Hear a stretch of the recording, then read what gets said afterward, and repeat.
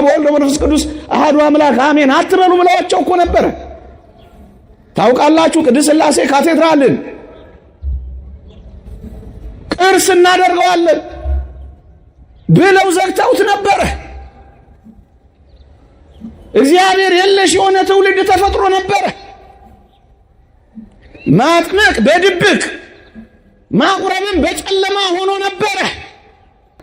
እግዚአብሔር ለዘመናት እየተንቀጠቀጥን ከምንኖር ጥቂት ደቂቃ ተንቀጥቅጠን ብርቱና ጠንካሮች ሆነን መውጣት አለብን። መጮህ ፈልገን አይደለም። በማለዳ የሚያጮህን ነገር ስላለ ነው። ግዴላችሁ በጦር ሜዳ ያላፈረስናትን ሀገር በራሳቸው ልጆች በዩኒቨርሲቲዎች የሚያፈርሱ ልጆች እየፈጠርንላችሁ ነው። ደስ ይበላችሁ ይላል። አየ እዛ ውስጥ ቅድም ያልኳችሁን ሰርተውት ነበር። ስለዚህ በስመ አብ ወወልድ ወመንፈስ ቅዱስ አሃዱ አምላክ አሜን። ክቡር አባታችን ጸባቴ ቆሞስ አባ ወልደ ማርያም የገዳማችን አስተዳዳሪ፣ ክቡራን ሊቃውንተ ቤተ ክርስቲያን፣ አበው ካህናት፣ መምህራነ ወንጌል፣ ዘማሪያን፣ እጅግ የተወደዳችሁ ምእመናንና ምእመናት በልዑል እግዚአብሔር ስም እንደምን ሰነበታችሁ? እንደምን አላችሁ? ምሕረቱን ያበዛልን እንደ በደላችን ያልከፈለን እንደ ኃጢአታችን ያልተቆጣጠረን ይቅር ያለን እንድናውቀው እንድናመልከው የፈቀደልን የአባቶቻችን አምላክ የእኛም አምላክ ልዑል እግዚአብሔር ዘላለማዊ ስሙ የተመሰገነ ይሁን። ለቀደምት አበው ለነቢያት፣ ለቅዱሳን ሐዋርያት፣ ለሐዋርያውያን አበው ለሊቃውንት የገለጸውን ጥበብና ምስጢር ለሁላችንንም ይግለጽልን። ከዚህች ዕለት ከጻድቁ አባታችን ከተክለ ሃይማኖት ከቅዱስ አባታችን ከአባ ሙሴ ጸሊም እጅግ ከተወደደች ከእመቤታችን ከቅድስት ድንግል ማርያም በረከት ረድኤት ያሳትፈን። ጸሎታቸው አማላጅነታቸው በሁላችን ላይ ትደርብን። ሊቃውንት መምህራን አስተምረዋል። እኔ በልጅነት ለመታዘዝ ነው። ይህንን ሁሉ ሕዝብ እድል አግኝቼ ካገኘው አይቀር እንደ ምክርም እንደ አደራም እንደ የቤት ሥራም አንድ ነገር ባነሳ ተመኘው እና በዚህ ርዕሰ ጉዳይ ቤተ ክርስቲያንን ለሚወዱ ልጆቻቸውን ለሚያፈቅሩ ኦርቶዶክሳውያን ሁሉ ጥቂት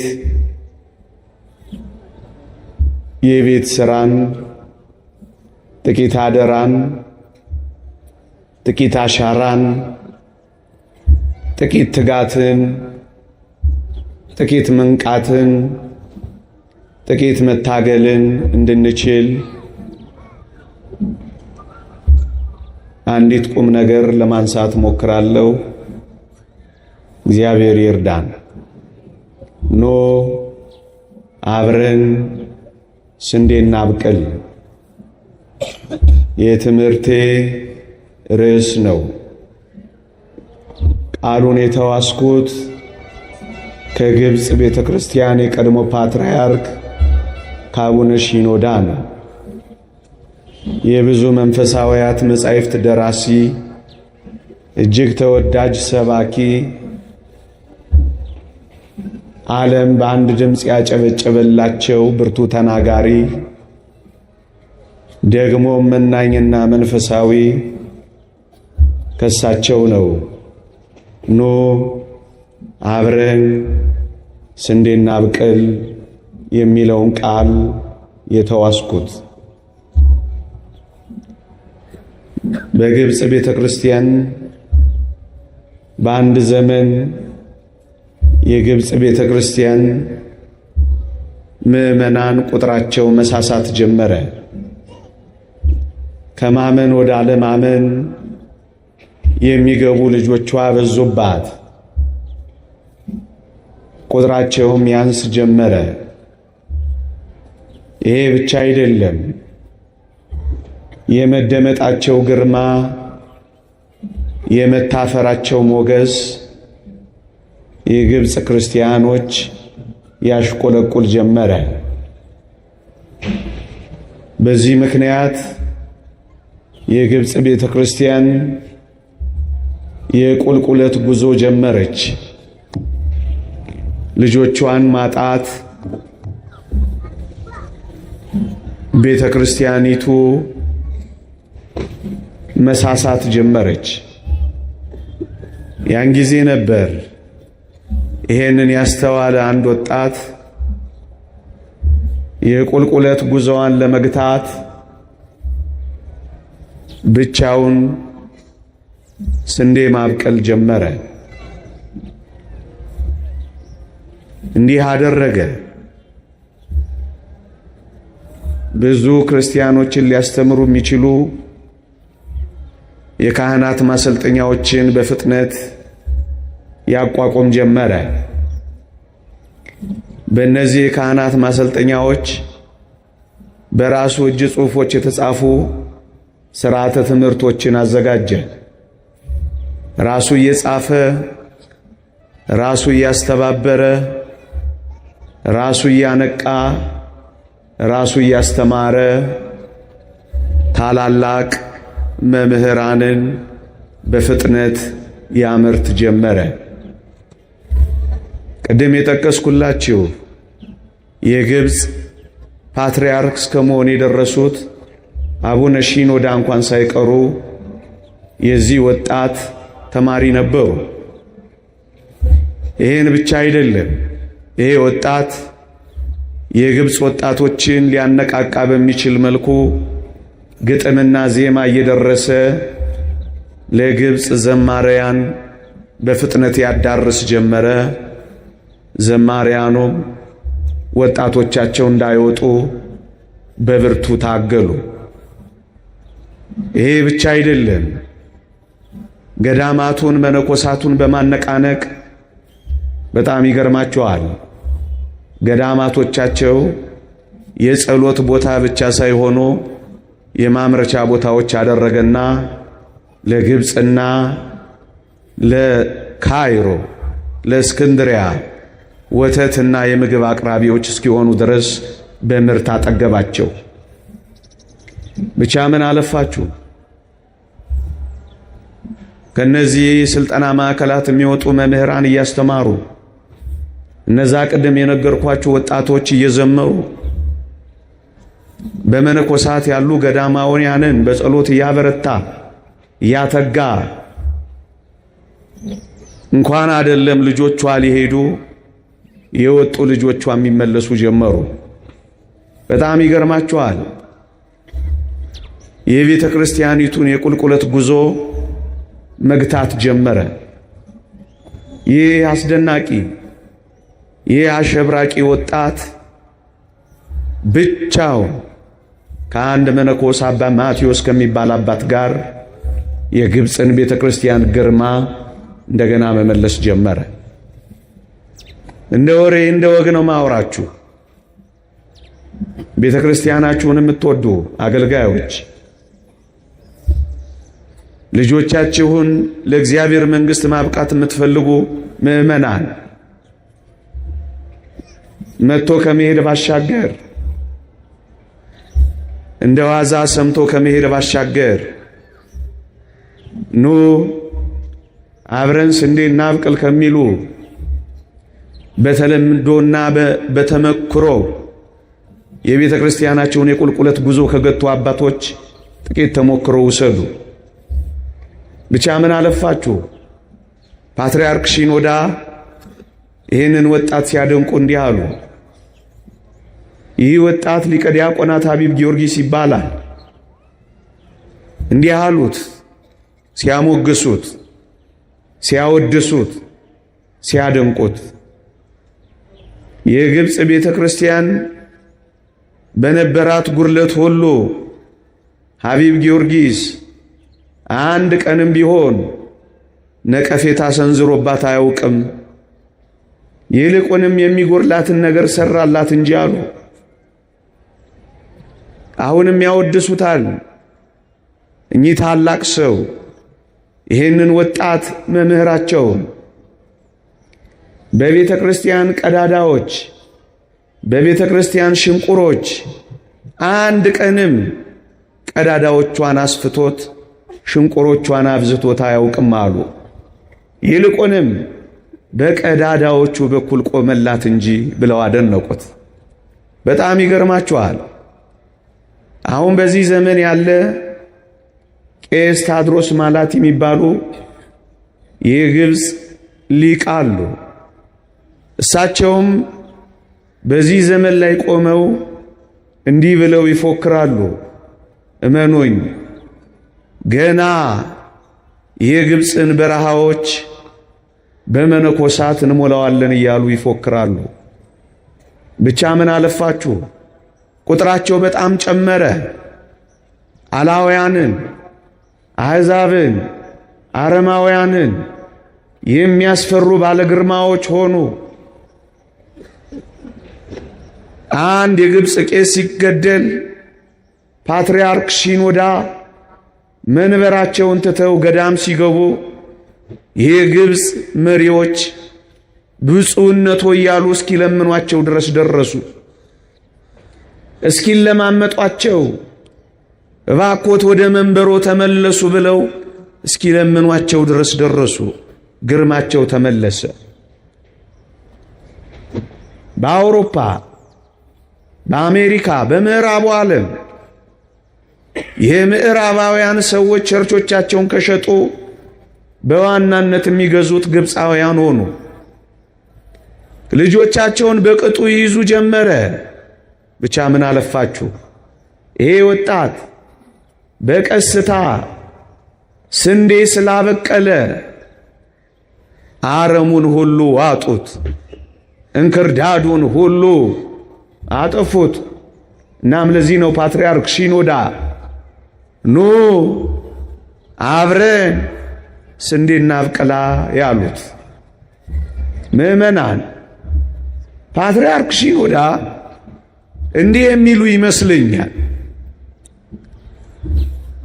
ከአረም ጋር እየታገል ከእንክርዳድ ጋር እየታገል ዕድሜም ዘመንም ገንዘብም ጉልበትም ከምንፈጅ ኖ በጸጥታ ስንዴ እናብቅል የሚሉ ይመስላል። ምእመናን ሁላችሁም ታውቃላችሁ፣ ዓለም ቀስ በቀስ በአረምና በእንክርዳድ በመዋጥ ላይ ነች። ማሳያዎች ልሰጣችሁ እችላለሁ። ምስራቅ አውሮፓ ብቻ 49% እግዚአብሔር የለሽ ሆኗል። በጣም የሰለጠኑ አገሮች ከ85% በላይ who is God after all እግዚአብሔር ለመሆኑ ማን ነው ማለት ጀምረዋል። ለምን ካላችሁኝ እንክርዳዱ ውጧቸዋል። ለምን ካላችሁኝ አረሙ ሰልቅጧቸዋል። በቅርቡ ያነበብኩት አንድ መጽሐፍ በአሜሪካን አገር ትልቁ መወያያቸው ግብረ ሰዶማውያንን የቸርቻችን አባል እንዴት እናድርጋቸው ሆኗል።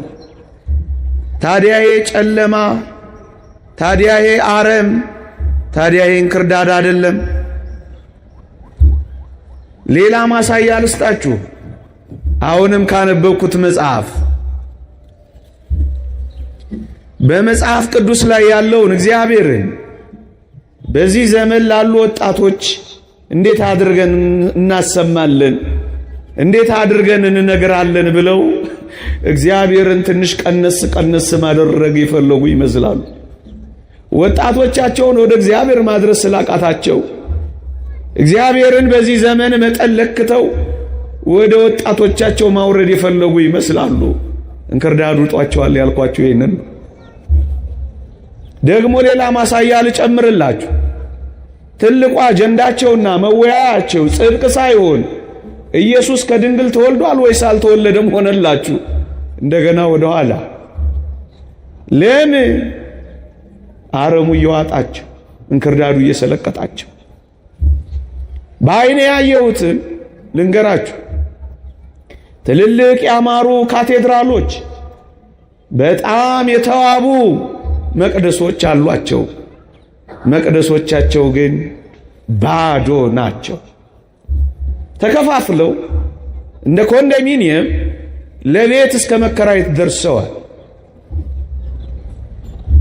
የሰማዋት ቸርች ኦፍ ኢንግላንድ የምትባል 95% በላይ ቸርቾቻቸውን ለጨረታ አውጥተዋል። ፍቁራን ኢትዮጵያውያን፣ ፍቁራን ግብፃውያን፣ ፍቁራን ኤርትራውያን ኦርቶዶክሳውያን ቸርቾቻቸውን መግዛት ጀምረዋል። ለምን ካላችሁኝ እንክርዳዱ ውጧቸዋል። ቅድም ያልኳችሁ አረሙ በልቷቸዋል። በጣም ይገርማችኋል። በጣም ያማምሩ ካቴድራሎች ግን አምልኮ የሌለባቸው ቤቶች ሆነዋል። ለምን ይመስላችኋል? ወጣቶቻቸው ከአባቶቻቸው ሃይማኖት አልወረሱ። ስለዚህ ምን ሆኑ? ወጣቶች ናይት ክለብ ውስጥ ቸርቾቻቸው ናይት ክለብ ሆነው እርቃን መጨፈሪያዎች ሆነው መስቀል ዘግዝቀው የሚጨፍሩ ሆነዋል። የጸጋ ልብስ ኢየሱስ ክርስቶስን መልበስ የነበረባቸው እነዚያ ሁሉ ወጣቶች እርቃናቸውን ቀርተዋል። ዕጣን እያሸተቱ መዓዛ ዕጣን ሊያሳርጉ የሚገባቸው ወጣቶች ብታምኑም ባታምኑም ስሙን እንኳን በማናቀው ጭስ ውስጥ ተዘፍቀዋል። ለምን አትሉ? እንክርዳዱ ጧቸዋል። አረሙ በልቷቸዋል። ብቻ ምን አለፋችሁ በግልጽ ቃል ስለ እግዚአብሔር መናገር እንኳን አንዳንድ ቦታ ክልክል ሆኗል። it is forbidden ይሏቸዋል። ስለ እግዚአብሔር መናገር ክልክል ነው ይሏቸዋል። ለምን ካላችሁኝ አረሙ ጧቸዋል። ይሄ ለምን ሆነ ወገኖቼ? ቀስ በቀስ ትዝታ አድርገዋቸዋል። ታሪክ አድርገዋቸዋል። ምዕመናን፣ ይሄ በምን ሁኔታ እንደመጣ አንድ አብነት ብቻ ልስጣችሁ። የዚህ የድህረ ዘመናዊነትና የድህረ ዓለማዊነት ፍልስፍና ቀንቃኞች እንዲህ ብለው ፎክረዋል። የጥንት አብያተ ክርስቲያናት ዘመኑ ያመጣባቸውን ዕጣ መቋቋም ላቃታቸው መጽናኛ ብቻ እንዲሆኑ ነው መንፈቅደው ይላል። ልድገመው። የጥንት አብያተ ክርስቲያናት ዘመኑ ያመጣባቸውን ዕጣ መቋቋም ላቃታቸው ከመጽናኛነት ያለፈ ድርሻ የላቸውም ብሏል። አየ ዘመኑ አጣቸው። ለበጎ ያሉት ዘመናዊነት ለመጽናኛነት ብቻ አስቀመጣቸው። የሚያማምሩ ካቴድራሎቻቸው መጽናኛ ብቻ ነው የሆኗቸው። ማምለኪያ መሆን አልቻሉም። አምልኳቸው ተቋረጠ። የአይን ረሃብ ያዛቸው። ለመጽናኛነት ብቻ ተቀመጡ። ይሄን ያነሳውበት ምክንያት ለምን ይመስላችኋል? እኔና እናንተም በጊዜ ሂደት ዘመን ያመጣው ጣጣ ትዝታ ብቻ እንዳያረገን ነው። እዚህ ቆማችሁ አሁን የምንለውን በተግባር ካልሰራን በመድረክ ካለ ነው በዚህ እስከሰማ ነው እመኑኝ ትዝታ ብቻ ነው የምንሆነው። ምናልባት ቅርስ እንደሆኑት ቅርስ ብቻ ነው የምንሆነው። ታሪክ ብቻ ነው የምንሆነው። አቤት በዓላችን፣ አቤት አውደ ምሕረታችን፣ አቤት ማህሌታችን፣ አቤት ጥምቀታችን፣ አቤት ቅዳሴያችን፣ አቤት ገዳማችን፣ አቤት ሊቃችን። ትዝታ ብቻ እመኑኝ። ወገባችንን ሸባ አድርገን ከውስጥ እስከ ውጪ ካልሰራን እመኑኝ ከጥቂት ጊዜያት በኋላ አረሙ በልቶን እንክርዳዱ ውጦን ዘመን ያመጣው ትዝታ አድርጎን ሰው እንዳናጣ ያስፈራል። የጥንት አብያተ ክርስቲያናት ዘመኑ ያመጣባቸውን ዕጣ መቋቋም ላቃታቸው መጽናኛ ከመሆን ያለፈ ድርሻ የላቸውም ብሎ ይፎክርብሃል። ትዝታ መሆን ነው የምትፈልጉት? ትዝታ መሆን ከፈለጋችሁ ልጆቻችሁን ጌም ላይ ጣሏቸው። ትዝታ መሆን ከፈለጋችሁ እናንተ ግሮሰሪ ቤት ልጆቻችሁ ከአስሜዳ ብቻ ያምሹ። ቤተ ክርስቲያናችሁን ከወደዳችሁ እንግዲህ አውስኑ አብራችሁ ስንዴ አብቅሉ። የተከፈተ መቅደስ በሰው የተሞላ ማህሌት ማየት ከፈለጋችሁ ኑ አብራችሁን ስንዴ አብቅሉ። ይሄ ሴሬሞኒ አይደለም። እኔ መጨረሻ እድል ካገኘው ዛሬ ጠዋት እቺን ልናገር ብዬ ሌላ ምን እንናገራለን? ስብከቱማ አይው በሊቃውንቱ፣ ትርጓሜውማ አይው በመምህራኑ። መስራት ላቃተው ወገኔ ትዝታ እንዳይሆን፣ ቅርስ እንዳይሆን፣ እንደ ቱሪስት የሚጎበኝ እንዳይሆን ወገኖቼ ኑ አብረን ስንዴ እናብቅላ፣ አብረን ስንዴ እናብቅላ። ጥቂት ነገሮችን ፈጠን ብዬ ልንገራችሁ። ትርጓሜ እንዳልነግራችሁ ሊቃውንቱ ተርጉመዋል። እንዳልሰብካችሁ ምርጥ ሰባክያን አሉ ከአስተዳዳሪው ጀምሮ። እኔ ቢያንስ ልጅ እግሩ ይሄን ነገር ልንገራችሁ እንጂ ልጅ እግር ያልኩት በእውቀት ነው፣ በእድሜ አይደለም። እንደ ኢትዮጵያ ቤተ ክርስቲያን አውድ ኮንቴክስት ጥቂት ነገር ልንገራችሁ። ኢትዮጵያ የአድዋ ጦርነት ካሸነፈች በኋላ የምዕራቡ ዓለም ግራ ተጋብቷል። የማሸነፍ ኃይሏ ምንድን ነው? ይሄንን የታጠቀ ኃይል ያሳፈረችበት ጉልበቷ ምንድን ነው? ይሄን መረመሩና አንድ ሶስት ነገር ጠቅሰዋል። እኔ ሁለቱን ልተውና የሚመለከተንን ጉዳይ ብቻ ላንሳ። ኢትዮጵያ ይሄንን ኃይል፣ ይሄን ጉልበት፣ ይሄን አንድነት፣ ይሄን ምስጢር ያገኘችው ኦርቶዶክስ የምትባል ቤተ ክርስቲያን ስላለቻቸው ነው ብለው ነቅሰው አወጡ።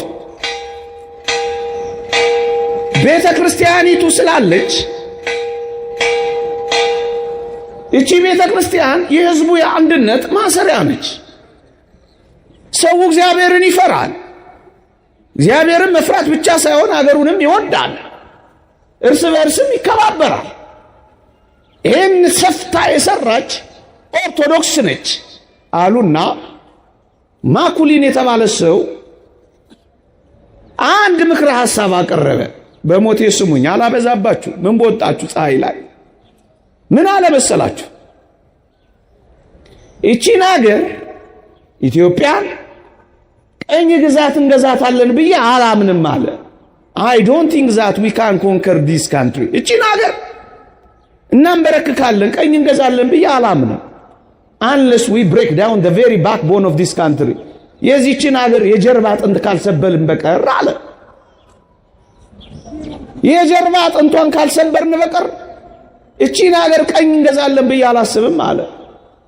የጀርባ አጥንቷም አለ ይህ ተመራማሪ፣ ይህ ለፓርላማ ምክረ ሐሳብ አቅራቢ፣ የጀርባ አጥንቷም አለ which is her spiritual education centers አለ መንፈሳዊ ትምህርት ቤቶቿ ናቸው አለ። የአብነት ትምህርት ቤቶቿ ናቸው፣ ገዳማቶቿ ናቸው። እነዚህ የጀርባ አጥንቷ ናቸው አለና እነዚህን ከሰበርን አለ አገሪቱን እንሰብራለን አለ።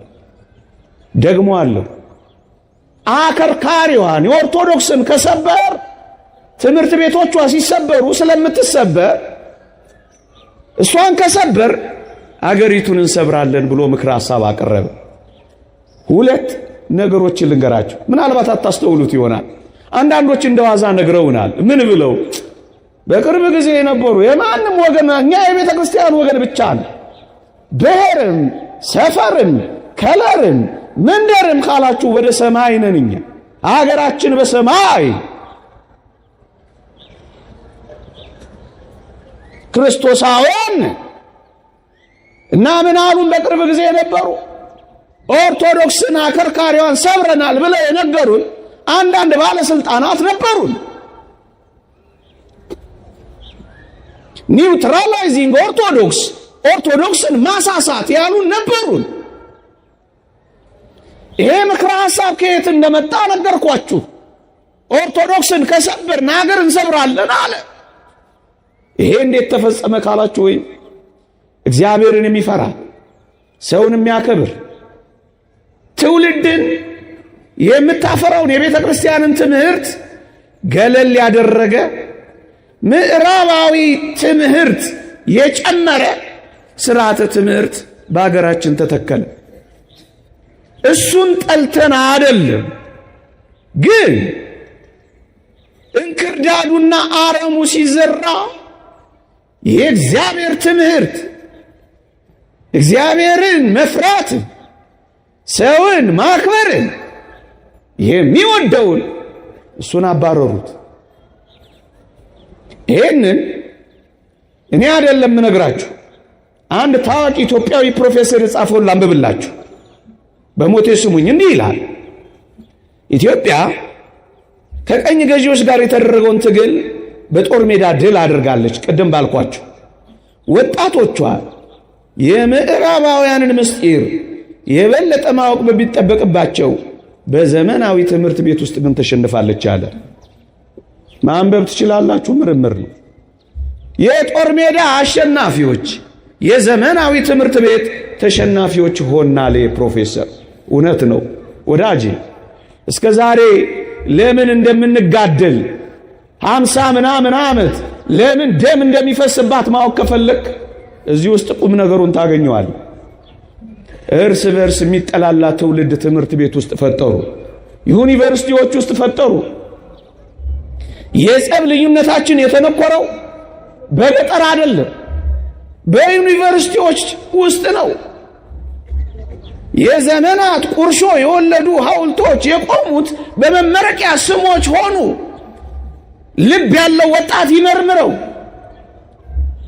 እስከ ዛሬ ድረስ በስካርና በሃንጎቨር ያዞረ እርስ በርስ የሚያላትምን የጥላቻ መርዝ የተጠመቀው ባልተማረው ሰው አይደለም፣ ተማርኩ ባለው። ደስ የማይሉ የጥላቻ ቅስቆሳዎች የሚሰሙት ኃላፊነት ከሚሰማቸው ሰው ሲሆን አስደነገጠን። ይሄ ከየት መጣ? ቅድም ካልኳችሁ ትምህርት መጣ። ትምህርትን ሁሉ እየተቃወምኩ አይደለም፣ እኔም ጥቂት ቀስም ያለው ነገር ግን ይሄው እስከ ዛሬ ድረስ ተጣልተናለን። ይሄው እስከ ዛሬ ድረስ የሚያፋቅረውን የሚያከባብረውን የሚያዋድደውን እግዚአብሔርንና ትምህርቱን ያባረረ እንዴ በስመ አብ ወወልድ ወመንፈስ ቅዱስ አሐዱ አምላክ አሜን አትበሉ ብለዋቸው እኮ ነበረ። ታውቃላችሁ ቅድስት ሥላሴ ካቴድራልን ቅርስ እናደርገዋለን ብለው ዘግተውት ነበረ። እግዚአብሔር የለሽ የሆነ ትውልድ ተፈጥሮ ነበረ። ማጥመቅ በድብቅ ማቁረብን በጨለማ ሆኖ ነበረ። እግዚአብሔር የለሽ የሆነ ትውልድ ተፈጠረ። who is God after all? እግዚአብሔር ከቶ ማን ነው የሚል ትውልድ ተፈጠረ። እሱ ምን አደረገ? ይሄው እስከ ዛሬ ድረስ ደማችን ይፈሳል። አዎ ሰውን በማዋረድ መክበር የሚፈልግ ትውልድ ተፈጠረ። ይሄንን ማረጋገጥ ከፈለጋችሁ አንድ ታሪክ ጣል ላርግላችሁ። ፀሐዩ ከመከራው አይብስም ወዳጅ። መውጣት ከፈለክ ቀስ ብለህ አድምጠኝ።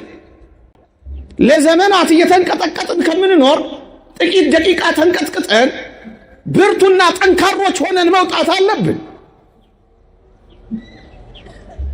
መጮህ ፈልገን አይደለም። በማለዳ የሚያጮህን ነገር ስላለ ነው። ምዕመናን አንድ ተማሪ እዚህ አዲስ ዩኒቨርሲቲ የገባ እውነተኛ ታሪክ ነው የምነግራችሁ። አንድ ፈረንጅ ቲቶሪያል ከትምህርት ጎን ለጎን ያስጠናኛል አለ። ወደሚያስጠናኝ ቤቱ ዶርም ሲሄድ እሱ የለም አለ። አጭር ማስታወሻ ጽፎልኛል አለ። እስከመጣ ድረስ ዳቦና ሻይ እየበላህ ጠብቀኝ ይላል አለ።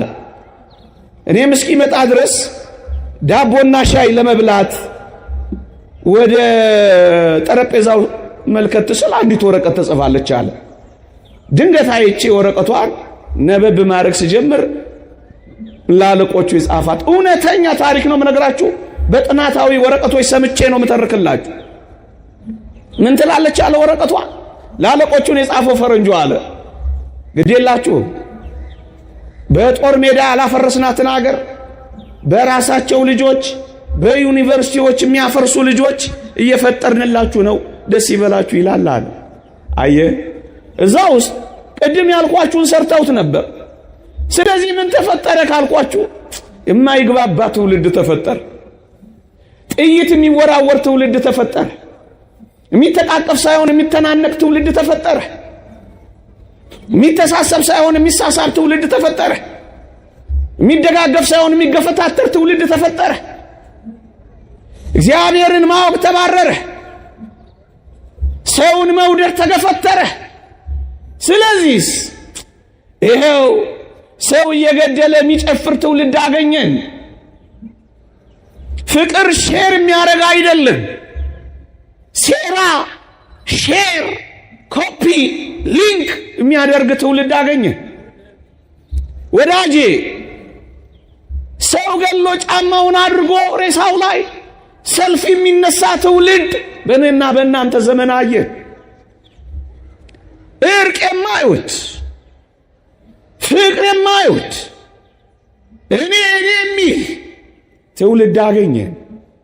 እንዴ ምን ተሰራ ካላችሁ ወይ አንድነቱ የተበተነ ፍቅሩም የረፈደበት ጸብ የገነገነበት ትውልድ አገኘን።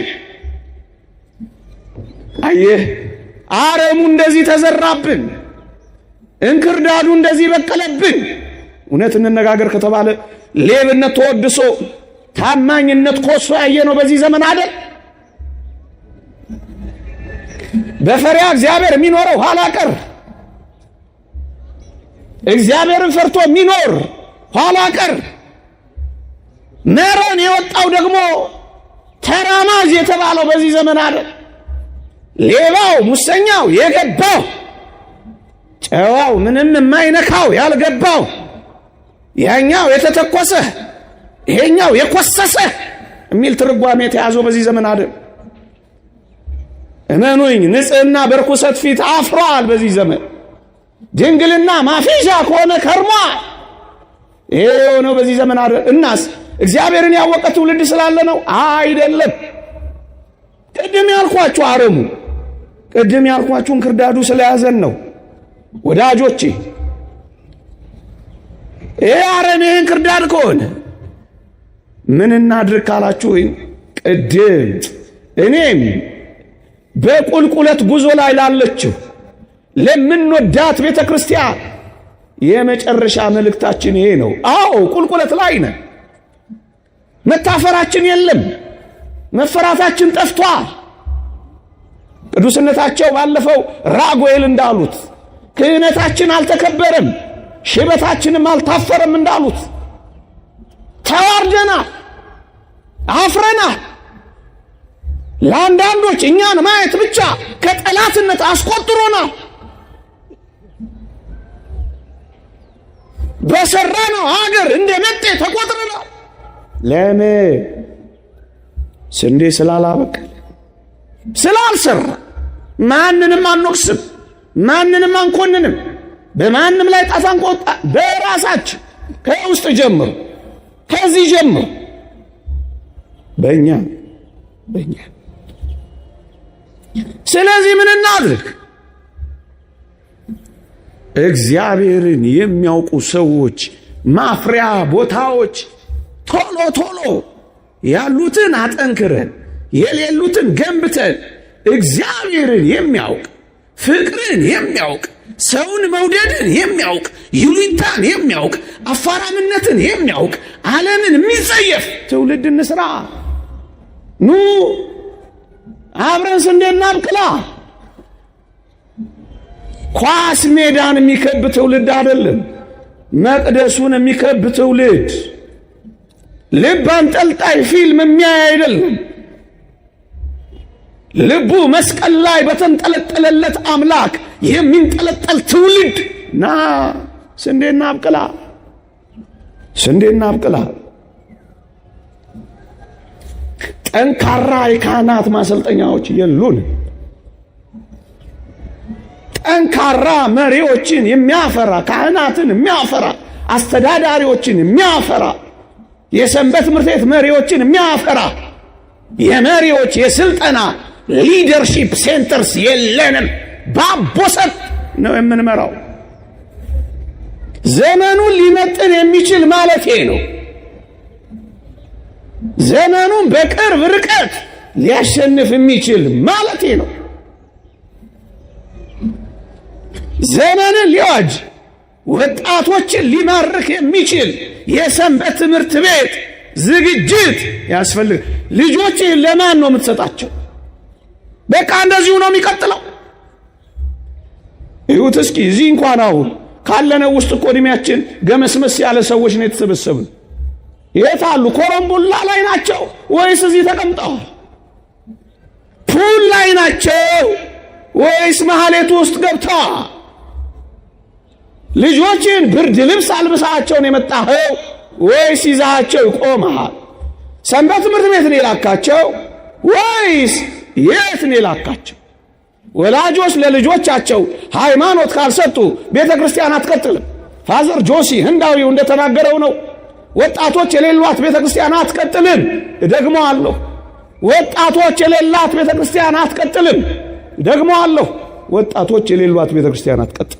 አባቶችም ስሙ፣ ወጣቶች የሌሏት ቤተ ክርስቲያን አትቀጥል። ተረካቢ የሌላት ቤተ ክርስቲያን አትከፈትም። ሙጃ የሚበቅልባት መቅደስ ካልፈለክ የሚከፍት ትውልድ አፍራ። እግዚአብሔርን የሚያውቅ ትውልድ ስራ። እግዚአብሔርን የሚያውቅ ወገኖቼ፣ የማያውቅ ሰው ይህንን ቀድመን እርግጥ ዘግይተን ነው። ምን ቀድመን? ኧረ በጣም አርፍደን ነው። የማያውቅ ሰው ለሚከፈትበት ጥቃት ዝግጁነት አይኖረውም። እንደውም ባለማወቅ ተባባሪ ነው የሚሆነው። አሁን በዚህ ዘመን ያለን ከአገልጋዮች ጨምሮ የተከፈተብን ጥቃት ባለማወቅ ተባባሪዎች ነው የሆነው። ስለዚህ ምን እናድርግ? እግዚአብሔርን የሚፈራ ሰውን የሚያከብር ሀገርን የሚወድ ተካፍሎ የሚበላ የማይገፈታተር ቅድም እንዳልኳችሁ አይነት ትውልድ እንዳይመጣ ኑ አብረን ስንዴ እናብቅላ። እንዴ አንድ ጽሑፍ ላንብብላችሁ ይሄን የሚመለከት ክሌር ቻምበር የተባለ እንደዚህ የአዲሱ ዓለም ስርዓት ዲያብሎስን አንግሶ ክርስቶስን አባሮ ለመኖር የተዘጋጀ የዓለማችን ስርዓት እግዚአብሔርን አባሮ ሉሲፈርን ዲያብሎስን ለማንገስ የቆመ ስርዓት አቀንቃኝ የተናገረው ላሰማችሁ። እንዲህ ይላል፣ መጻኢውን ለመቆጣጠር የሚመጣውን ዘመን ለመቆጣጠር ይላል ውጊያው መሆን ያለበት በህዝብ ትምህርት ቤቶች ነው ይላል። ይሄ ግልጽ ነው የሚነግሩህ። መማሪያ ክፍል መሆን ያለበት እንደሚሆነው የድሮና የአዲሱ መጋጫ መድረክ ነው ይልልሃል። የሚጋጫውን ሲገልጽልህ እየበሰበሰ ያለው የክርስትና ሬሳ ከክፋቶቹና ከመከራዎቹ ጋር ከሰብአዊነት አዲሱ እምነታችን ጋር ይጋጫል ይላል። ወዳጄ የህዝብ ትምህርት ቤትን የምናደርገው መጋጫ መድረክ ነው እያሉ ነው። የምናጋጨው በሕፃናት ሕሊና ውስጥ ነው እያሉ ነው። የሚጋጨው ማን ነው ካልከኝ ክርስትናን ይላል ከአዲሱ የሰብአዊነት እምነታችን ጋር እናጋጭበታለን ይላል። ሌላ እምነት እያዘጋጀን እሱ ዝርዝር ነው ግን እውነት ነው። እሱ ጋር የት በህዝብ ትምህርት ቤቶች ይላል። አንተ ጠንካራ ትምህርት ቤት አትከፍትም። ሱቅ ብቻ መነገጃ ብቻ አይደለም። እሱ ያስፈልጋል፣ ጠንካራ ለመሆን ያስፈልጋል።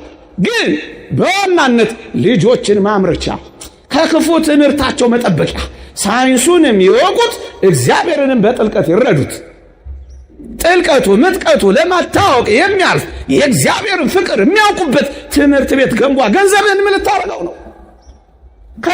ከምረው ሰው ካልሰራበት ምን ልታረገው ነው? ሰብሰብ ብለህ ምርጥ ትምህርት ቤት አትከፍትም። ከፍታው ደግሞ ዝሩ እንዳትቶ አታበቃው። እግዚአብሔርን የሚፈራ ሰው አትሰራበትም።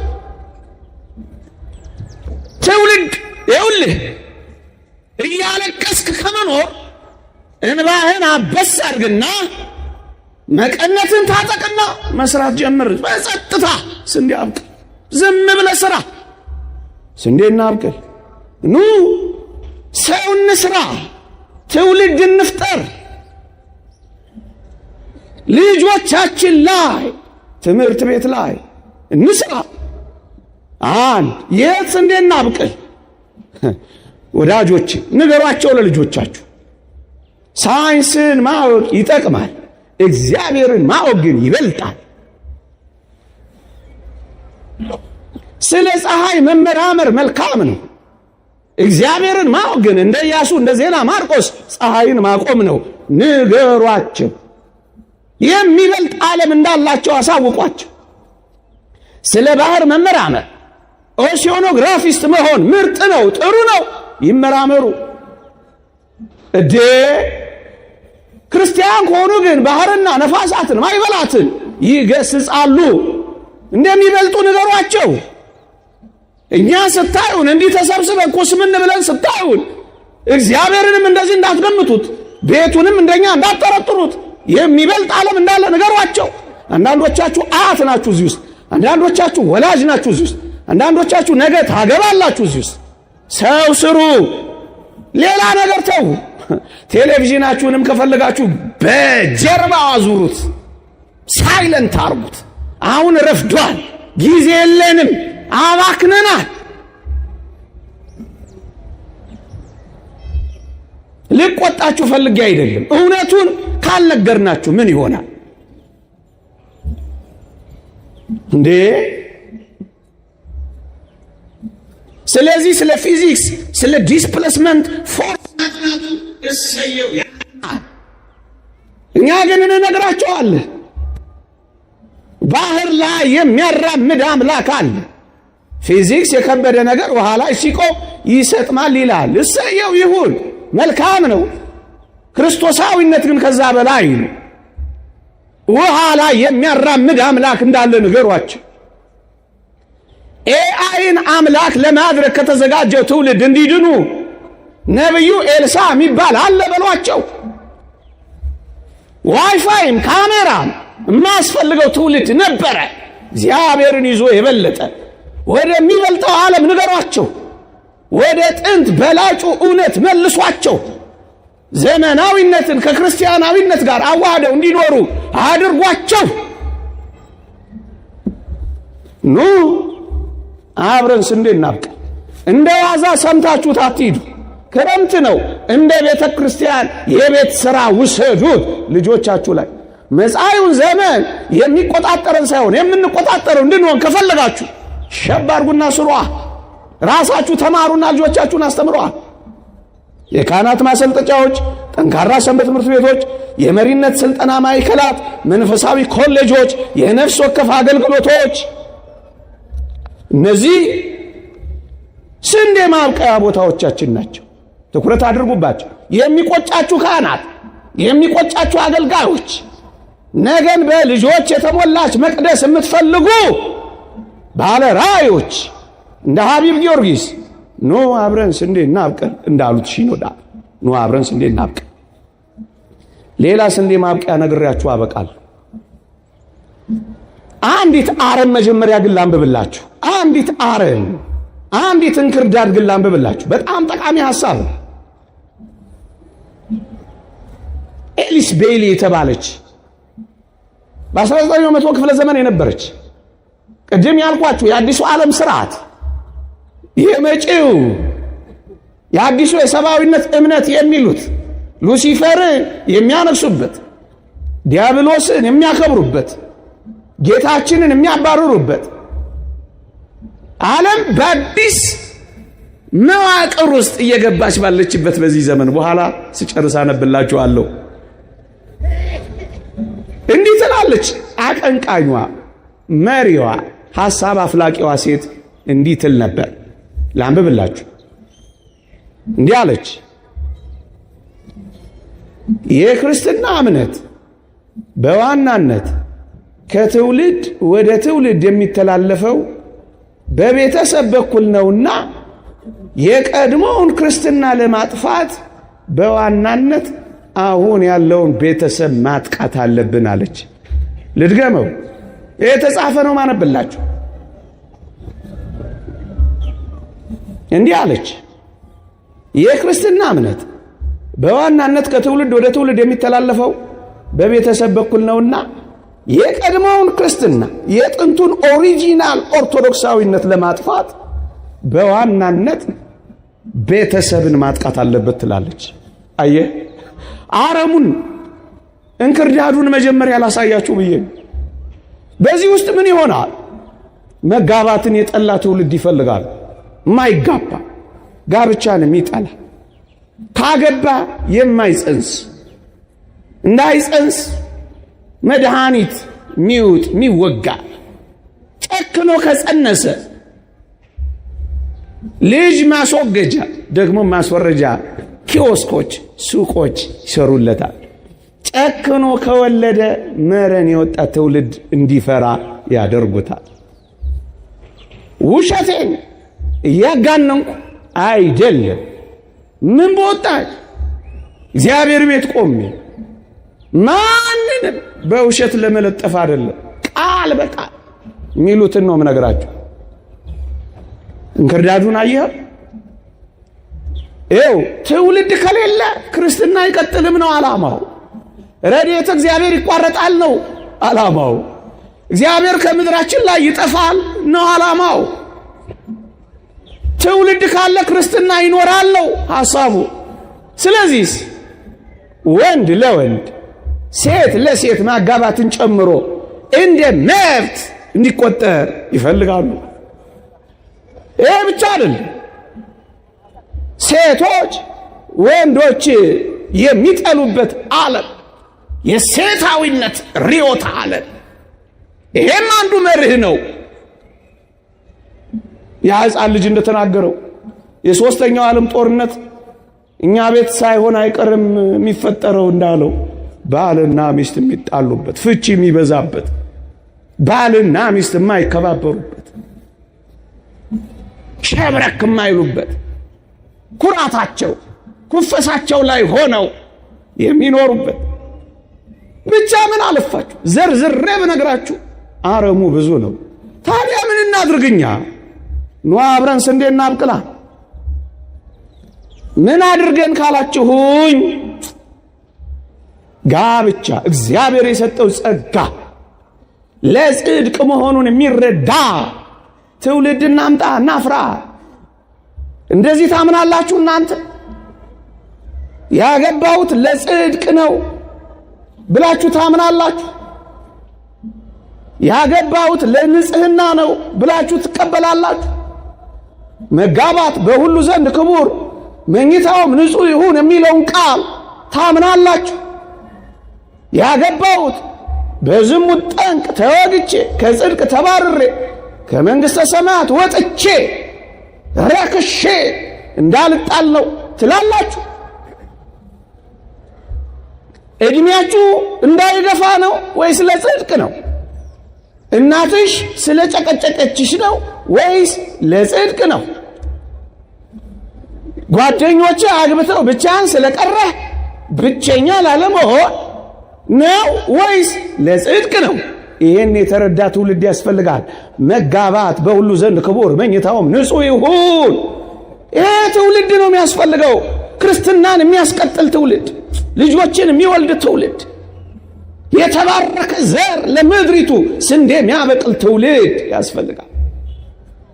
ማይጠላላ፣ ማይነቃቀፍ፣ ማይፎካከር፣ ትከሻ ለትከሻ ማይለካካ፣ እቺ ዶሮ አየችኝ ብሎ ማኮርፍ ትውልድ ያስፈልጋል። ጋብቻ ዓላማው ጽድቅ መሆኑን የተረዳ ትውልድ ያስፈልጋል። ስንዴ ማለት እሱ። ይህን ተረዳ። ከተኳረፍ ታረቅ፣ ጀርባ ከሰጠህ ፊት ስጥ። እንዴ ይህንን ጽድቅ ያለበትን ሕይወት ሊያስቀር የሚችል ፈተናን የሚቋቋም ክርስቲያን እናፍራ።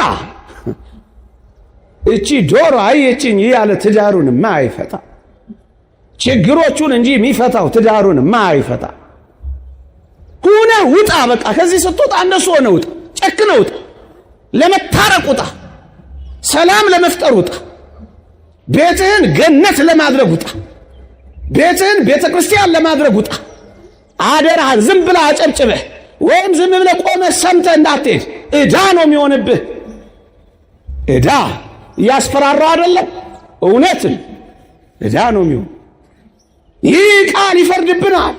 እኔም ተናጋሪው እናንተም ሰሚዎች ኪዳናችሁን አስቡ። እዚህ የገባችሁት በልዑል እግዚአብሔር ፊት የገባችሁት ኪዳን አለ። እሱን ኪዳን አስቡ። አልተውም። ቢያጣ ቢነጣ ባዶ ቢሆን ኪሱ አልተውም ያልሽውን አስቢ። ኑሮ ከባድ ነው። ለምን እንደሚከብድ ታውቃለህ? ገልብጠው። ማንም ተረጋግቶ ኑሮን መኖር እንዳይችል ኤላም የተቀመጠ ዓለም አቀፍ ሐሳቡ እንደሱ። ያው መሸከም በማትችለው ምስኪን አገራችን አየህ የሚያበላው ስለሌለ ልጆቹን የተበተኑ ልጆች እንዳይኖሩ፣ የተተዉ ልጆች እንዳይኖሩ። የዛሬ ስንት ዓመት ያነበብኩት ስታቲስቲክስ ትዝ ይለኛል። በጎዳና ላይ ካሉት ልጆች 56% ከተፋቱ ባለትዳሮች ናቸው ይላል። ቤንዚል የሚስቡቱ፣ ጎዳና ላይ የሚወርቁቱ። እግዚአብሔር ይወቀው። ኪዳናችሁን አስቡ። ቆማችሁ የገባችሁትን ኪዳን አልተዋትም። መከነች፣ ሰነፈች ብዬ አልተዋትም። ከሳች፣ ጠቆረች፣ ማዲያት አወጣች፣ ሻከረች፣ ወፈረች ብዬ አልተዋትም። አስበው ኪዳንህን እዚህ የገባኸው። ዘመኑ አጭር ነው። ምን ብትቀያየር ምን ለውጥ አለው? ደግሞ ሰዓቱም ሸምገልገል ብላችኋል እንዴ? የምን ኩርፊያ ነው? እንኳን ለጸብ አሁን የሚቀረን ጊዜ ለፍቅር የማይበቃም ወዳጅ። ደግሞ አለው እንኳን ለጸብ ለፍቅር የማይበቃም። መጣላትን እልቅ ጾሙ፣ መኳረፍን ጾሙ፣ መዘጋጋትን ጾሙ። የምር ክርስቲያን ለመሆን ስንዴ ሁኑ፣ ስንዴ ሁኑ። አንዳችሁ ለሌላችሁ የምትኖሩ ሁኑ። አንተ ትብስ አንቺ ትብስ የሚለው የእናቶቻችን ኑሮ ይቀጥል። ምን ያመጣል? እኔ ራሴን እንደሱ ነው የሚሏቸው እዛ ምዕራቡ ዓለም። አንቺ ምን ባልቴ ያለሽ እኛ እንደጉምሻለን ነው የሚሏቸው። በራስሽ እኮ መኖር ትችያለሽ ነው የሚሏቸው። ነገ እንደዚህ ይሉሃል። አንተ ነህ እንደሱ ጽድቅ ነው ዓላማችሁ። ትዳራችሁን የሐሳብ መስጫ አታድርጉት። ማንም እየመጣ እንዲህና እንዲያ የሚላችሁ አትሆኑ። ክርስቶስ ይኸውላችሁ ያገባችሁ የክርስቶስን ትእዛዛት እንደምትፈጽሙ ወቁ። የጌታዬን ትእዛዝ ነው የምፈጽመው በያበቃ ቤት ውስጥ እንደሱ ስንዴና አብቅል የት ቤት ውስጥ አየህ እንገልብጠው። ክርስትና እንዲቋረጥ ቤተሰብን እናጥቃ ካሉ እኛ ቤተሰብን እያጠናከርን አጥቂዎችን እናጥቃ። ሐሳብ ነው፣ ስራ ነው፣ ትንቅንቅ የለው። እውነት ቤተ ክርስቲያንን ክርስትና ልጆችን የምትወድ ከሆነ ይህን ሐሳብ ተቀበላ። መደባበቅን በግልጽነት ተካ። አትደባበቅ። አካልን ከተሰጣጣህ በኋላ ሰውነትን ከተሰጣጣህ በኋላ የምን ገንዘብ መደበቅ ነው? ተከላለ ስለ ቬሎ የሚያስቡ በጣም ባማሩ ቪዲዮዎች እየተንበረከኩ ታገቢኛለሽ ወይ ብቻ የሚሉ ምንም ላይሆን ይችላል። እሱ የሚበልጠውን የተቆራረጡ ልብሶችን እርቃን የወጡ ፎቶዎችን የሚለጥፉ ወጣቶችን ሳይሆን ምከሯቸው፣ አልቅሱላቸው፣ ንገሯቸው፣ ዝከሯቸው። ትኩረታችሁን እነሱ ላይ አድርጉ፣ ስሯቸው። የጽድቅ ልብስ ከቬሏቸው በላይ ኢየሱስ ክርስቶስን ለመልበስ የሚጓጉ ወጣቶችን አፍሩ። ጋብቻን የማይጠሉ ኑሮ ይበቃኛል የሚሉ መቸገር ብርቅ የማይሆንባቸው ስለ ጽድቅ ሲሉ የዕለት ጉርስ የዓመት ልብስ ካለን ይበቃናል የሚሉ ወጣቶችን አፍሩ። ጠንካራ ወጣቶች፣ የፈረሱ ቤተሰቦች እንዳይኖሩ፣ የተጎሳቆሉ ባለትዳሮች እንዳይኖሩ፣ የተተዉ ልጆች እንዳይኖሩ፣ ደስ የማያሰኙ መረን የወጡ የኃጢአት ግንኙነቶች እንዳይኖሩ፣ በልጆችና በወላጆች መካከል ተግባቦት ኮሚኒኬሽን እንዳይሰበር፣ ሕፃን ልጅ ጌም ላይ፣ ሚስት ፊልም ላይ፣ አባት ፖለቲካ ቻናል እየቀያየረ ጸጥ ያለ ቤት እንዳይኖር። ኑ አብረን ስንዴና አብቅላ። ያ ልጅ ያደረገውን ልንገራችሁና ነገሬን ልጠቅልለው። ስንዴ ማብቂያው ቦታ አንድ ብቻ ቀርቶኛል። በአንድ መስመር ተናግሬ አበቃለሁ። ምን በወጣችሁ በጠዋቱ ልጅ አባቱን አግኝቶት አያውቅ። አባት በማለዳ ለሥራ ይወጣል። ልጆች ከተኙ በኋላ ይገባል። ቅዳሜና እሑድ ኦቨርታይም ይሰራል። በጣም ይባክናል። ቢዚ ነው በጣም። ቢያዩ አያገኘውም፣ ቢያዩ አያገኘውም፣ ቢያዩ አያገኘውም። እና አንድ ቀን አባቱን ምን አለው አሉ። ይሄ ልጅ አባዬ አቤት፣ ለመሆኑ በቀን የሚከፈል ስንት ነው አለው። ይሄን ያህል የቀን ክፍያውን ነገረው። ሚኒመም ዌጅ ፐር ዴይ ነገረው። ጥቂት ሳምንታት አሳለፈና ያ ሕፃን ልጅ አባዬ አቤት፣ ብር እንድታበድረኝ ይፈልጋለሁ። ምን ላበድርህ? ጥቂት ብሮችን ስጠኝ። ምን ያህል ብር? ይሄን ያህል ብር። ያ የጠቀሰው ብር አባትየው በቀን የሚያገኘው ብር ነው። ሐሳቤ ገብቷችኋል? ይሄን ያህል ብር አበድረኝ አለው። አበድርሃለሁ፣ ግን ለምንድን ነው ማሙሽ አለው። ብሩን ከሰጠኝ በኋላ እኔ ለአንተ መልሼ የከፍልህና ያን ቀን ከኔ ጋር ትውላለህ አለው። እንዴት እንደናፈቀው! ስልክ ላይ የምታመሹ እናቶች ልጆቹ እንዲህ ሽታቸውን ታውቁታላችሁ፣ ውሏቸውን ትረዱታላችሁ፣ መንፈሳቸውን ታውቁታላችሁ። ያስቀድሳሉ፣ ንስሐ ይገባሉ። የታል ትውልድ የሚሰራው? እስኪ ንገሩኝ። ነው እናንተም እንደዛ እንደ ጥንቱ ሰውዬ እግዚአብሔር ቤት የመጡ ልጆች ተበላሹ ብላችሁ ነው የምታምኑት? እናንተም ገና እንደሱ ናችሁ። ያ ወላጅ እንዳለው አሉ 7 ልጆቹን ሊያስተዋውቃሉ ለአንድ ትልቅ ሰው ከፊቱ አቀረባቸው አሉ። ይሄ ከአዲስ አበባ ዩኒቨርሲቲ የተመረቀ ነው፣ እለፍ አለው። አለፈ። ይሄ ከሳንፎርድ ዩኒቨርሲቲ አሳለፈው። ይሄ ከሃርቫርድ ዩኒቨርሲቲ የተመረቀ ነው፣ አሳለፈው። ይሄ ከየና ዩኒቨርሲቲ 7 ልጆቹን ለማሳለፍ አስኬደ። 6ቱ ከዩኒቨርሲቲ ሄደና ድሮ ነው እናንተ አሁን አይደለም። 7ኛውን ረሳ። በቃ እነዚህ አንድ ልጅ አለ፣ እሱማ ተበላሸ፣ ዲያቆን ሆነብኛል አሉ። እናንተም እንደዚህ ነው የምታስቡት? ዲያቆን ሳይንቲስቶች እዚህ ውስጥ አሉ፣ እዚች ቤተክርስቲያን አሉ። ግድ የላችሁ፣ ኑ ስራ ስሩ፣ አምጧቸው። የእግዚአብሔር የእግዚአብሔር እጆች ጉጠት መሆን እንዴት ደስ ይላል! አቤት እነዚህ የካህናት እጆች እንዴት ንዑዳት ክቡራት ናቸው መሰላችሁ! እነዚህ እግሮች እናንተን የሚያስተምሩ ማህሌት የሚቆሙ የሚንቀጠቀጡ እግሮች እንዴት ያማሩ ናቸው! ሰናይ ገሪሆሙ ለእለይዜኑ ሰናይ ዜና የምስራችን የሚያወሩ እግሮቻቸው እንዴት ያማሩ ናቸው! ኑ አብረን ስንዴ እናብቅ። ልጆቻችሁን ሰንበት ትምህርት ቤት ስጧቸው። ኑ ለአባቶቻችሁ ኑ አብነት መምህር አለ እዚህ ስጧቸው። እግዚአብሔርን ማወቅ ይልመድላችሁ። እግዚአብሔር መፍራትን እናንተን ያከብራሉ። ሌላ የመጨረሻ ስንዴ ማብቂያ እቺ መቅደስ የምትከፈተው ይሄ መስዋዕት የሚሰዋው ቅዱስ ሥጋውና ክቡር ደሙን የምንቀበለው በልጅነት ጥምቀት እግዚአብሔር ጋር የምንወለደው ክርስቶስን በሥጋውና በደሙ የምንዋሃደው የመንፈስ ቅዱስ መያዣ አረቦን የምንሆነው በሜሮን የምንታተመው ወደ እግዚአብሔር መንግሥት እርገት ምን ጀምረው እመኖይ እነዚህ ካህናት እስካሉ ድረስ ብቻ እነዚህ ካህናት እስካሉ ድረስ ብቻ ነው። እግዚአብሔር በካህናት አማካኝነት ካልሰራ ድህነት የለንም ዮሐንስ አፈወርቅ እንደተናገረው። ስለዚህ ምን እናድርግ? ክህነትን ካህናትን እንዳይጠሉ እንስራ። ደግሞ አለ ክህነትን ካህናትን እንዳይጠሉ እንስራ። በማናውቀው ሁኔታ ከባባድ ስህተቶች እንዳንሰራ እንጠንቀቅ። የምናደርገውን ሁሉ በማስተዋል እናድርግ። ነገ ምን ሊሆን ይችላል? ቀስ ብለን እንስራ።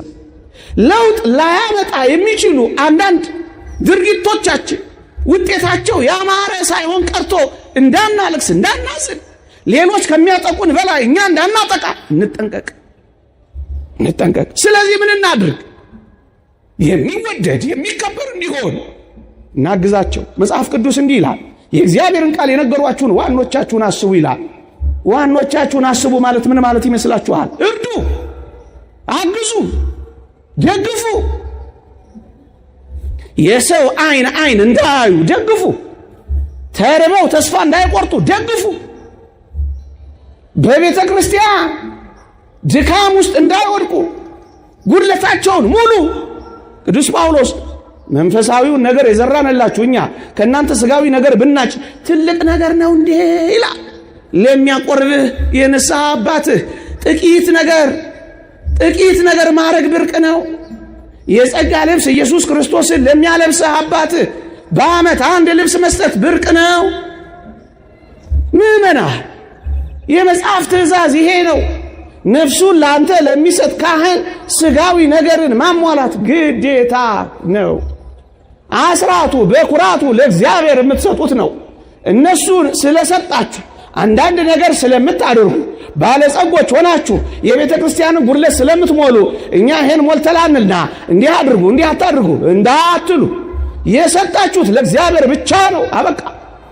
ካህናትም እናንተ አምጥታችኋልና ወርቀ ዘቦ ለብሰው አምመው ጠምጥመው በጣም ሆነው ስታዩአቸው እኛ ነው ያመጣነው ብላችሁ እንዲህና እንዲህ ሁኑ ብላችሁ እንደ ባሪያ እንዳታዟቸው። የእግዚአብሔር እጆች፣ ዓይኖች፣ እግሮች ናቸው። ካህናትም እንዳያፍሩ ምዕመናን ያመጣሉ ብለው እንዳይሳቀቁ የእግዚአብሔርን ቃል በማወቅ ኑሩ። እንደነዛ የህንድ እናቶች መቅደሳቸው እንዳይዘጋ ቤተክርስቲያናቸው እንዳጠፋ ሩዝ እየሰበሰቡ አሉ። ሩዛቸውን ይሸጡና ካህናቱን ይመግባሉ አሉ። ለዛሬ ብቻ አይደለም የምናገረው፣ ለነገም ነው፣ ለሚመጣው ዘመን ነው። ምናልባት ረሃብ ቢሆን ምናልባት ማጣት ቢሆን ካህንህን እንዳታጣው በቃ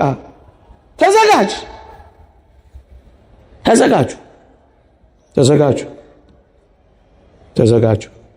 አንድ ነገር ብቻ ነግሬያችሁ አበቃለሁ። ስታሊን የሚባል የሩሲያ ኮሚኒስት በቀየረበት ዘመን የሩሲያን ኦርቶዶክስን ለማጥፋት 600,000 ካህናትን እንኳን ሳይቀር ነበር የገደለው አሉ። ይሰው 600,000 ካህናትን ነበር የገደለው። ህዝቡንም በጣም ነበር ያስጨነቀው። እና አንድ ቀን መጥቶ ምን አላቸው አሉ። ሊጠቀልልልኛል ይችላል ብዬ ነው ይሄን ሐሳብ ያቀረብኩት። ጨርሻለሁ። ምን አሉ? ጳጳሳቱን ሰበሰበና አሉ፣ ወይ ታጠምቃላችሁ፣ ወይ ታቆርባላችሁ፣ ወይ ትቀድሳላችሁ፣ ያ ማለት ሥርዓተ አምልኮ ትፈጽማላችሁ አላቸው። ወይ ደግሞ ትሰብካላችሁ፣ ከሁለት አንዱ ምረጡ አለ። ወይ ስብከቱን ወይ ደግሞስ ሥርዓተ አምልኮ ማጥመቁን፣ ማቁረቡን፣ መቀደሱ ከሁለት አንዱ ምረጡ አላቸው። ለቤተ ክርስቲያን ሁለቱም እንጂ ከሁለቱ አንዱ የሚመረጥ አይደለም። ለምን? እምነት ከመስማት ነው፣ መስማትም ከእግዚአብሔር ቃል ነው። ያለ ሰባኪ ማሳመን የለም። ያላመነ አይጠመቅም፣ አይቆርብም። ሁለቱም የቤተ ክርስቲያን ክንፎች ናቸው። እንዴት ይምረጡ? ጳጳሳቱ ተጨነቁ። ከዛ ምን አሉ? እናቶችን ሰበሰቡና ብርቱ እናቶችን ስታሊን እንደዚህ ያለን ነው ምን እናድርግ አሏቸው። ተጨነቀች ቤተ ክርስቲያን። አቁሚ ማለት ነው በጀርመንኛ። በጣም ተጨነቁ። እናቶችን ሲያማክሩ እናቶች ምን አሉ መሰላችሁ? ብፁዓን አለው ሱባኤ እስኪ እንያዛሉ። እስኪ አንዳንዴ ዝም ብለን እኛ መጫዋችን እናንተ መደንቆራችሁን እንደው ዝም ብለን እስኪ ምህላ እናድር። ዝም ብለን እስኪ አንዳንዴ በቃ ትውት አድርገን ይሄ ስልኩንም ትተነው ምኑንም ትተነው መሰራጨቱንም ትተነው መወቃቀሱንም መነቃቀፉንም ትተነው እርስ በርስ መተኳኩሱንም ትተነው እስኪ ዝም ብለን ምህላ እንኳን እናድርስ። እሷ እናፈቃችሁ ማንንም አይነቅፍበት። እስኪ ዝም ብለን እናልቅስ። እስኪ ዝም ብለን እንውደቅ። እስኪ ዝም ብለን እንበርከክ። እስኪ ዝም ብለን እጃችንን ዘርጋ። እስኪ ዝም ብለን ሱባኤ እንያዝ። እሱ አይናፍቅም። አሁን እኮ ጠግበናል። እግዚአብሔርን ቃል ማማረጥ ሁሉ ይዘናል። በሊቁም በጨዋውም ተቀጥቅጠናል። ሱባኤ እንያዝ አሏቸው። 2 ሱባኤ 14 ቀን ይዘው ተመለሱ። ከሱባኤ በኋላ እናቶች ምን እንዳሉ ታውቃላችሁ? ብፁዓን አበው እናንተ ቀድሱ፣ እናንተ አጥምቁ፣ እናንተ አቁርቡ፣ እኛ ልጆቻችንን ቤት ውስጥ እንሰብካቸዋለን፣ እናስተምራቸዋለን አሉ። እየሰማችሁኝ ነው? አበቃ። ዛሬ 99% ኦርቶዶክስ የሞላባት ሩሲያን ፈጠሩ። እርግጥ ልጆቻቸው በምዕራባውያን እየተጨነቁ ቢሆንም እርግጥ ዛሬ ጠንካራዋን ኦርቶዶክስ የምትባለውን ኦርቶዶክስ በትምህርት ጥቅስ ፈጠሩ። የአሜሪካን ሴናተር በቅርቡ የተናገረውን ሰምታችኋል። በዩክሬን አማካኝነት በእጅ አዙር ከሩሲያ ጋር ያለን ጦርነት ጠንካራውን የኦርቶዶክስ ትራዲሽንን ለአንዴና ለመጨረሻ ጊዜ ለማፍረስ ነው ነበር ያለው። ትግሉ መንፈሳዊ ይመስላል። እኛ ልጆቻችንን ቤታችን አሉ። ይኸው በፓርላማ ምስለ ፍቅር ወልዳን አጅበው የሚጸልዩ እነ ፑቲንን አፈሩ። ኑ አብረን ስንዴ እናብቀል። ይቆየን።